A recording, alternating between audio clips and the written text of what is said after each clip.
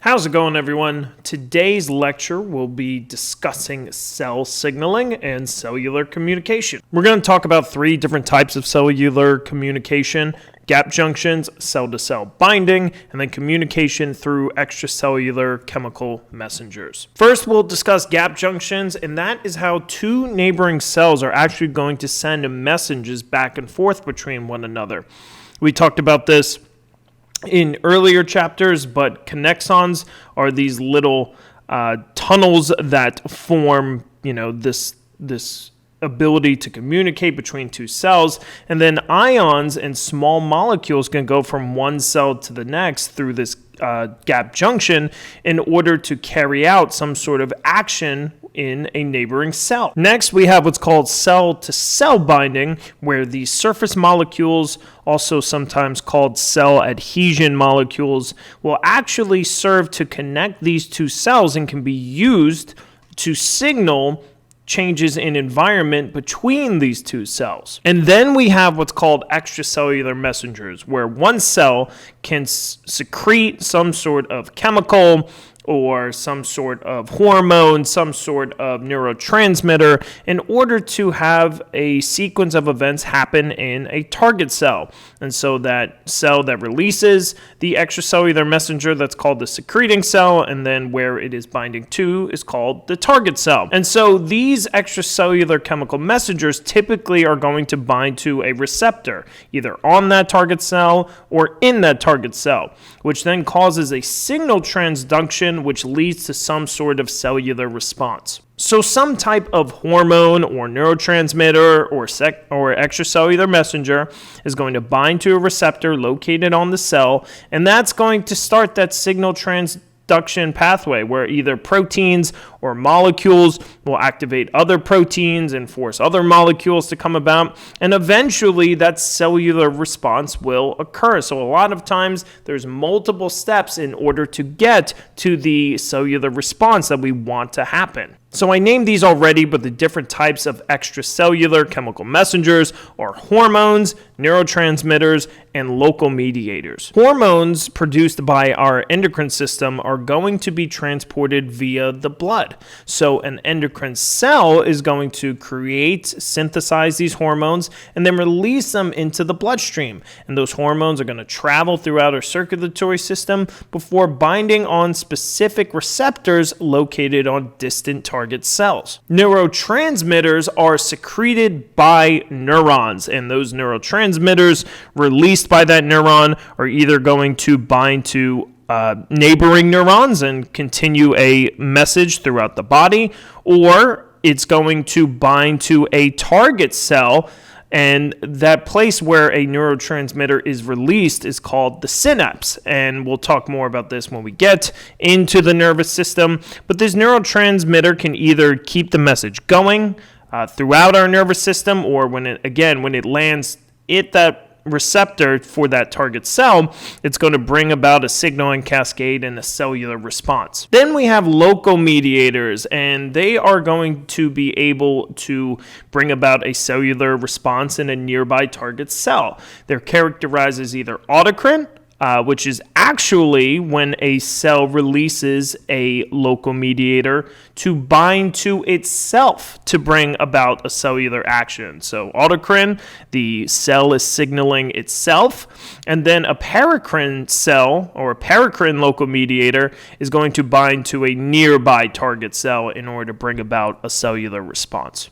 The different types of local mediators are cytokines, nitric oxides, and eicosanoids, and they all can be used for different functions within the body. Extracellular messengers can either be characterized as water-soluble or lipid-soluble, and that's going to bring about different properties for each. For example, water-soluble hormones can directly be transported via the bloodstream to its target cell. However, lipid-soluble hormones are going to need a transport protein in order to be carried out via the bloodstream. Not only does it impact the transportation of these different types of hormones, but their characteristics will also impact where they bind to on the cell. These extracellular messengers have to bind to receptors in order for these actions to occur. So a lot of times I like to call the extracellular messenger like the key, and the receptor is the lock to open the door. So you need to have both in order to have these cellular events to occur. And when that extracellular messenger binds to the receptor, that's when that signaling cascade gets started. But receptors, again, are proteins. And so just like other proteins we talked about, they are impacted by the 4 different characteristics of specificity, affinity, saturation, and competition. Specificity is the property in which that specific extracellular chemical messengers are going to bind to only certain receptors. And since they are unable to bind to other receptors, they're not going to start random cellular transduction pathways and cellular responses because they simply just won't bind to these receptors. However, these specific receptors that they bind to will cause a specific cellular response within that target cell. Affinity is going to be the strength to which a ligand binds to a receptor. And so many times a receptor can bind to multiple ligands. And the strength of binding, which one it's more likely to bind to, is based on a lot of molecular properties. And so if a ligand has a higher affinity to a receptor, that one is going to be more likely to bind. Saturation is going to be based on the amount of chemical messenger. And so the more messenger being secreted, the more likely that it is going to be bound to a receptor, and then more likely that a cellular response is going to occur. And so a lot of times in the body, if we want to amplify a response, we just send out more hormones. So that's a way of bringing about different actions in cells by increasing the amount of extracellular messengers within the body. Then we have what's called competition. A lot of times messengers can bind to the same receptors, and so the ability for one extracellular messenger to bind to a receptor is going to be based on the amount of competitive messengers that are nearby. We said earlier that there were differences between water-soluble and lipid-soluble extracellular messengers, and that lipid-soluble extracellular messengers needed a protein to be transported throughout the bloodstream. However, when we actually get to the cell, water-soluble messengers are not going to actually enter the cell. They're going to bind to receptors located on the plasma membrane, while lipid-soluble extracellular messengers are going to be able to pass that lipid bilayer and bind to receptors within the cell and within the nucleus. In addition to adjusting the amount of messenger that we have, we could also adjust the amount of receptors that are located on or in the cell. And so if we change the amount of receptor, we could either downregulate it or upregulate it. And so downregulation occurs when there is an excess of extracellular messenger. And so the number of target cell receptors is going to decrease. And so when there is a lot of messenger, what's going to happen is the cell is going to take these receptors and get rid of them in order to decrease the likelihood that a cellular response can occur. We can also have what's called upregulation. So if there's not a lot of extracellular messenger in the bloodstream or nearby, what the cell can do is actually create or make more receptors in order to then increase the likelihood that a messenger would bind to a receptor. So both are ways of manipulating the amount of cellular response that's going to take place. Either we can adjust the amount of messenger or we can adjust the amount of receptor. Once a messenger binds to a receptor, it begins what's called a signal transduction or a signal cascade, where then that receptor, that protein, is going to activate a relay protein. And then that relay protein can activate more proteins. And eventually, we are going to activate what's called the effector protein, which then brings about that cellular response that we wanted in the first place. The start of the signal transduction starts with that extracellular messenger binding to the receptor. And then these relay proteins are going to be the ones in between that eventually are going to activate the effector protein that we wanted within the cell. And so these relay proteins, they are known as the second messengers, while the extracellular messenger, the receptor on the outside, that is called the first messenger. We have many molecules within our cell that act as secondary messengers, so it doesn't need to be a protein just activating another protein. A lot of times, proteins will create these secondary molecules in order to activate the next protein. And so we see below an extracellular first messenger binds to a receptor, which then creates a secondary messenger, which can turn a relay protein from inactive to active, which eventually impacts the effector protein, which leads to a cellular response.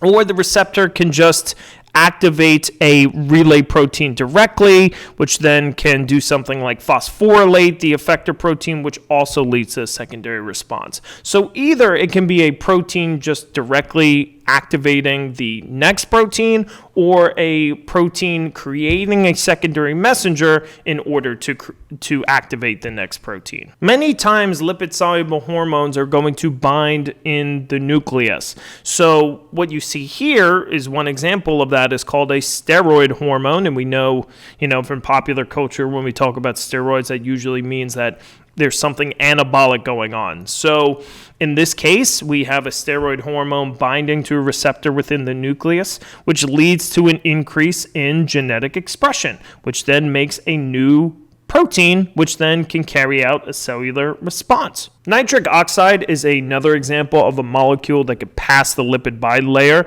to bind to a receptor within our cell. And so nitric oxide actually plays a role in the dilation of our blood vessels, which increase blood flow to certain areas of the body. So down below you see that nitric oxide is binding to its receptor inside of the cell. That receptor is then creating a secondary messenger called cyclic GMP from GTP, very similar to ATP. And then that secondary messenger is activating a protein kinase, which then has an effect on this effector protein, which leads to the relaxation of the smooth muscle and then dilation of the blood vessel. And so here you see that the signal transduction pathways don't always mean that they activate effector proteins. They could also inactivate effector proteins too. So there are many different types of signal transductions that take place in our cells. Those were examples of lipid-soluble signaling molecules.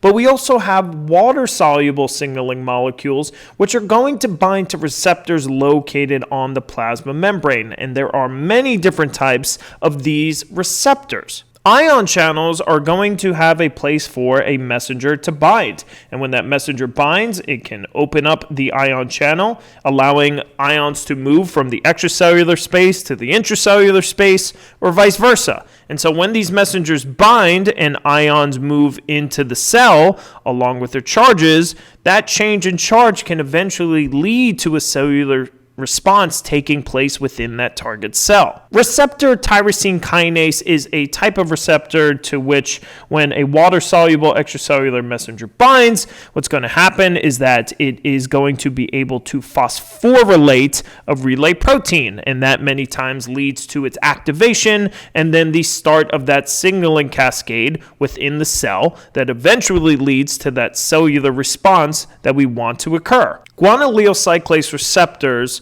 will convert GTP, or guanylyl triphosphate, which again very similar to ATP, into something called cyclic GMP. And this cyclic GMP acts as a secondary messenger. And so that secondary messenger can then change relay protein's activity in order to bring about a cellular response. Enzyme-coupled receptors are going to be activated by water-soluble messengers, and that's going to lead to enzymatic activity on the intracellular side. And then those enzymes can then impact other areas of the cell to bring about cellular responses. A G protein coupled receptor will start a signal transduction when the water-soluble messenger binds to that GPCR, and then a G protein is activated. And I don't want to go too far into the molecular side of this, but there are subunits, alpha, beta, and gamma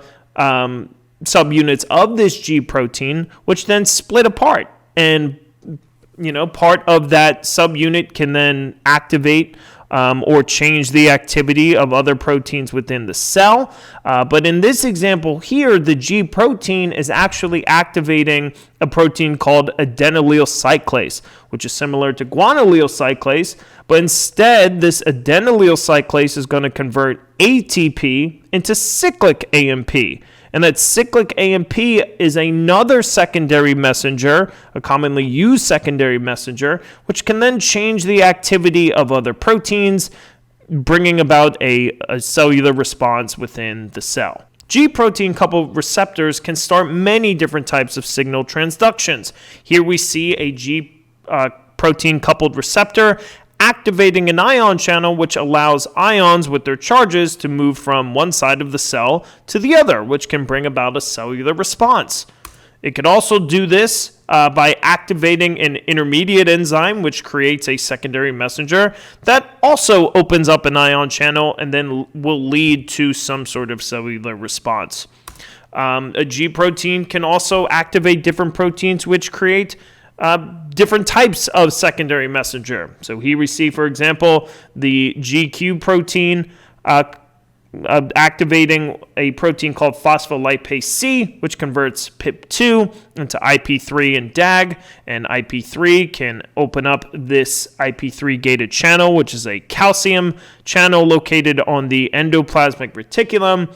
And those calciums then act as secondary messengers to activate different proteins, and DAG also can be a secondary messenger for different proteins. So here you just see that even though a G protein coupled receptor is one type of receptor, there are many different subtypes, and it can bring about many different actions that occur within our cells. Signal amplification allows just a single messenger to bring about a amplified response within the cell, because that single messenger is going to lead to the production of many different secondary messengers. But eventually, most signals need to be terminated because, again, a lot of times we are balancing the events that are occurring within the cell. So once a signal cascade occurs, a lot of times we then need to terminate it. And so in order to do that, we need to disassociate the messenger from the receptor, and then that will inactivate the secondary pathways that are occurring within our cells. We said earlier that neurotransmitters and hormones are two different ways that the body uses messengers in order to bring about certain responses in tissues and organs and cells. And so there are many differences when it comes to the nervous system and the endocrine system. The nervous system is going to use neurotransmitters to communicate messages between neurons and in order to carry out actions in target cells, while the endocrine system uses hormones to transport messages through the blood to the target cells. The nervous system brings about these changes very quickly, while the endocrine system takes a bit longer. So take a minute just to review the table and review the differences between the nervous system and the endocrine system. We will actually talk a little bit more specifically about the nervous system and the endocrine system in future lectures, but these are two of the major systems in order to bring about messages in our body. So that will conclude today's lecture, but we learned all about all the different ways that our bodies are able to communicate in between cells in order to carry out certain actions. Thank you guys so much, and I will see you in the next video.